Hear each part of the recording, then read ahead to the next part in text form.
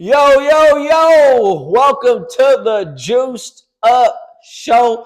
I'm your host, Jake Juiced Up Accardo, episode 29 of the program. We're going to talk a little NCAA tournament. We have the finals between Michigan and Arizona. We also have the Final Four on Saturday. UFL Week 2 recap. They also had some expansion news drop, so we'll talk about that. And then we're going to talk about the Lakers. Are they SOL? Are they shit out of luck? They got Austin Reeves and Luka hurt right now, so we'll give our take on our opinion on how their playoffs might go. And then at the end of the show, it's the Juiced Up Takes. All right, so like I was saying, top of the docket was the NCAA tournament. We had the Final Four. We had Illinois going up against UConn. We had Michigan going up against U of A. The Illinois-UConn game, it was definitely a sloppy kind of game. UConn really mucked it up, played their style of game, very physical, not a lot of fouls called.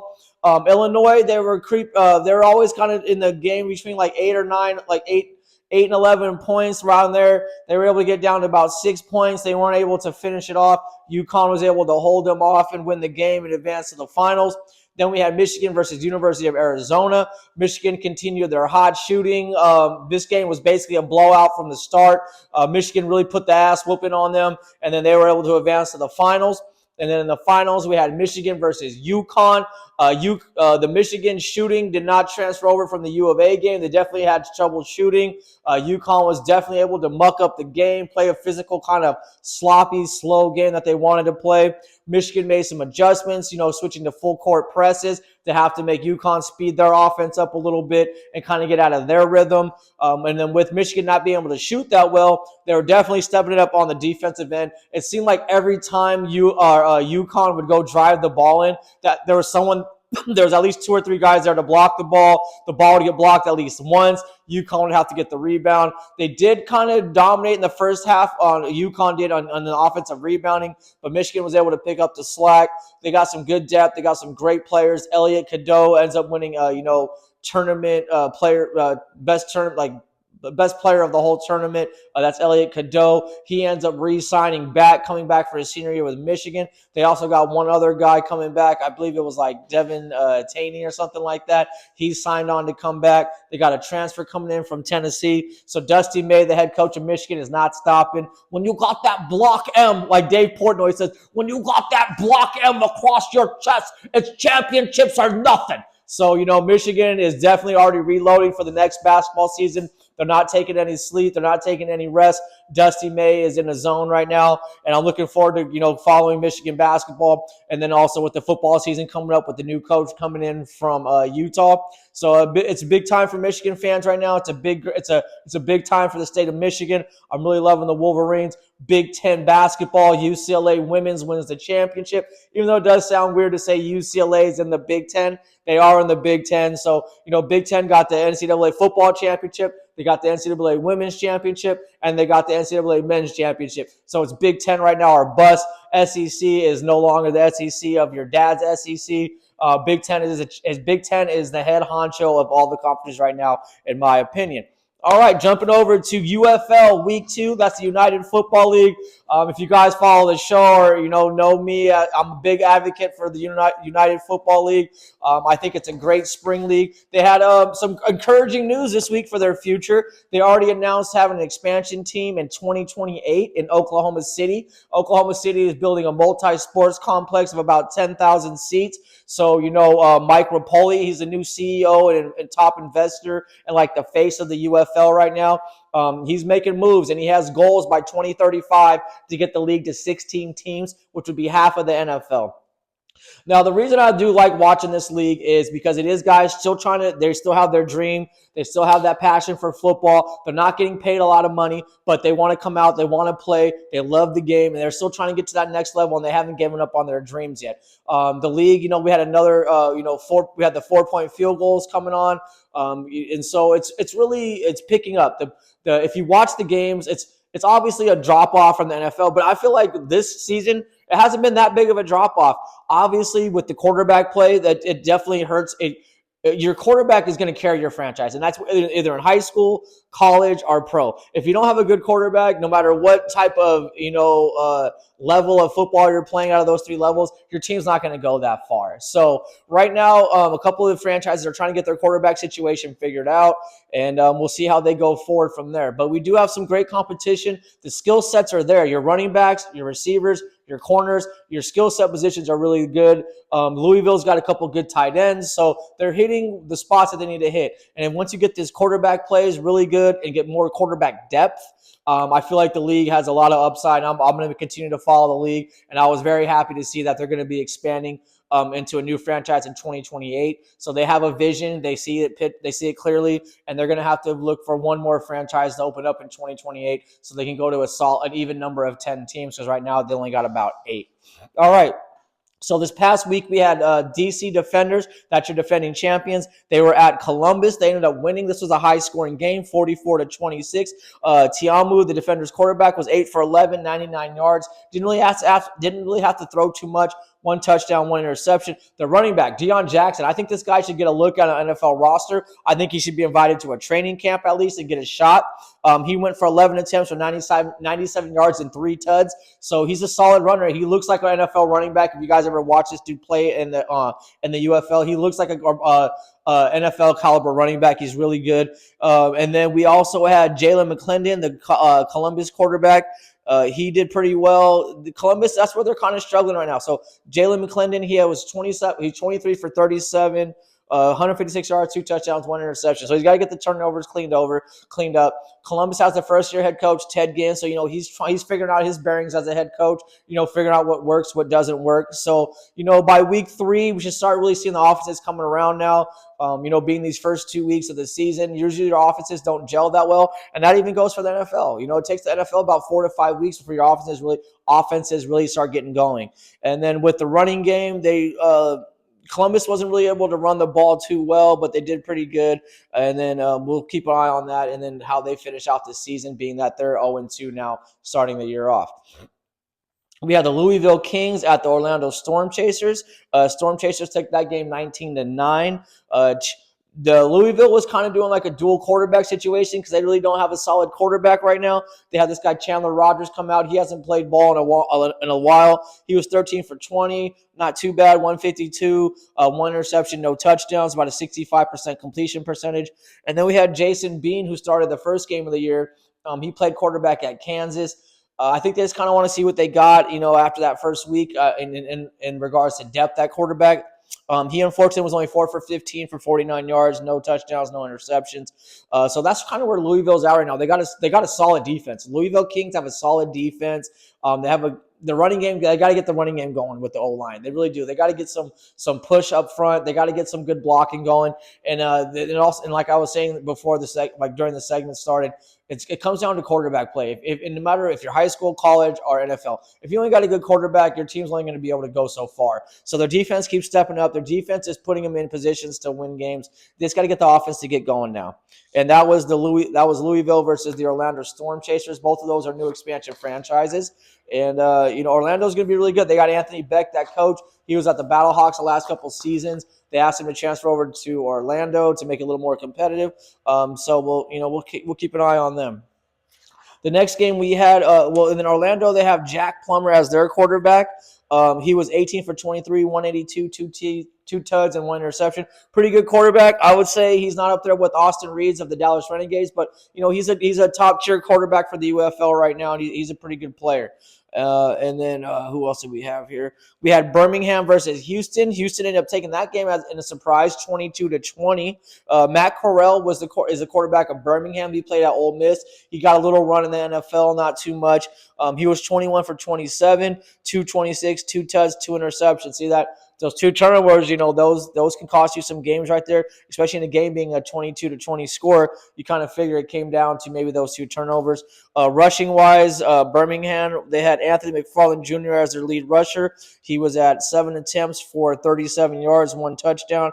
He had a long of 21 yards. So, they had a decent running game going that game. Birmingham did. Houston, their passing, they had Nolan Henderson. He was 15 of 23, 186, no tuds, no interceptions. And they also had Hunter Deckers in there as well, 7 for 12, 48 yards, no no tuds, no interceptions. So I think right now going into week 3, they actually had those 2 quarterbacks ended up getting hurt. So week 3, they're kind of scrambling around to find some quarterbacks to plug into their system. Rushing wise, we had Jalen White for 26 for 82 yards. Not bad numbers at all. And then we also had Marcus Urians, 10 for 54. Receiving, John Trey Kirkland was 5 for 85 with a long of 33 yards. He had about 6 targets. So, it really does come down to quarterback play and just, how these teams are able to perform, with the quarterbacks they have and able to step it up. We had the Battlehawks and the Renegades. Battlehawks, Brandon Silvers is their quarterback. Not the best of quarterbacks. It's definitely a fall off from A.J. McCarron. And I think that's what's going to hurt these guys is just not having the quarterback because the Battlehawks have been the top of the division the last 2 seasons of the UFL. So it's going to be interesting to see how they do. They have one of the best receivers in the league, Hakeem Butler. He had 4 catches for 56 yards, a long of 35. We had D.D. Hunter for Dallas at 10 that's rushing at 10 attempts for 67 yards, a long of 50. So you're running back. I was saying the running backs and the skills positions are doing pretty good right now. And the Battlehawks ended up losing to the Renegades that game 31-15. So it's just, it's going to be interesting to see, just how the season progresses. But I really like the product. I really love the UFL. If you have a chance to watch it, they got games Friday, Saturday, and Sunday. They try to pick good time slots to where they know people are going to be available to watch. All right, our next topic, the Lakers. Are the Lakers shit out of luck after the season that they had with Luka? He went through that 40-point average. And right now they got both Luka and Austin Reeves hurt. They're looking at probably the 4 or 5 seed in the playoffs. We'll go over that with our NBA special with Jamaica Gary. We'll be dropping that this week. But I think the Lakers, they might be a one and done, unfortunately, being the 4 seed. They did get the draw of the Rockets, who aren't that great. But Luka with the hamstring injury, and then you got Reeves with the oblique injury. Those hamstring injuries tend to linger. Even when you think you're good to go, all it takes is one cut, one stop and cut, and next thing you know, you tweaked it again. And when Luka got hurt, I was wondering why was he even in the game? They were down like 30 points to OKC. They're not going to come back. Why is this guy still playing? Like, give this guy a breather. So that was another question mark to JJ Redick was, why was this guy still even in the game? You know what I mean? So we'll see what happens with the Lakers. I think with the Houston draw, they might be able to pull it off with just LeBron kind of running the show. But I don't know if he has it in him for 7 games to carry the full load. His load has been pretty light in this season, with them kind of deferring to Luka and Austin Reeves now on the offensive end. So we'll see how they produce and how they finish out in the playoffs. And we'll get more into depth at that in our NBA special episode 3 with Jamaica Gary dropping later this week. Last games of the season are on Sunday. Got some playing matchups possibly determined by this last game. So we'll see what happens with that. And now, at the end of the show, it's the Juiced Up Takes. All right, first Juiced Up Take. University of North Carolina men's basketball.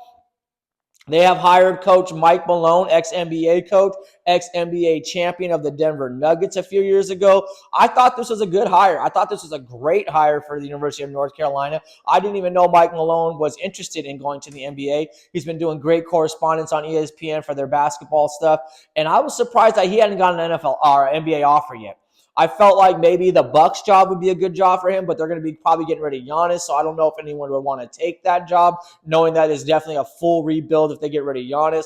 But I couldn't believe an NBA team didn't want this guy, and so he goes to the University of North Carolina. They move on from Hubert Davis. They've been struggling compared to their standards these last few seasons as being a top echelon program, especially when you got Duke down the street and they're just getting recruit after recruit after recruit. They're making Sweet 16 after Sweet 16 after Sweet 16. So you got to, you're looking like little brother to Duke right now because your recruiting isn't there. You got players leaving the program, going to other programs, and then performing better at these other programs. So I think Mike Malone, he looks like a no-nonsense guy. He's going to teach basketball. He's going to teach discipline. He's going to get these kids on the right path. So I like that hire by UNC. Mike Malone, new head basketball coach, first Juiced Up Take. Second Juiced Up Take, rapper Offset. Take that. Rapper Offset. Bad and bougie. Bad and bougie. Offset from the group Migos recently got shot in front of this Hard Rock Hotel in Seminole, Florida. Comes to find out, this guy's got a lot of fucking street debt out there. A lot of debt for all the records and hits that he made with the Migos and his little solo career that was dog shit, but he probably still made some money off it. The fact that he was married to Cardi B and he fucked up that bag. Like this guy is a mess right now. So he gets shot by one of his former associates, little TJ. Comes to find out he owes little TJ money because he borrowed money because he had a gambling debt.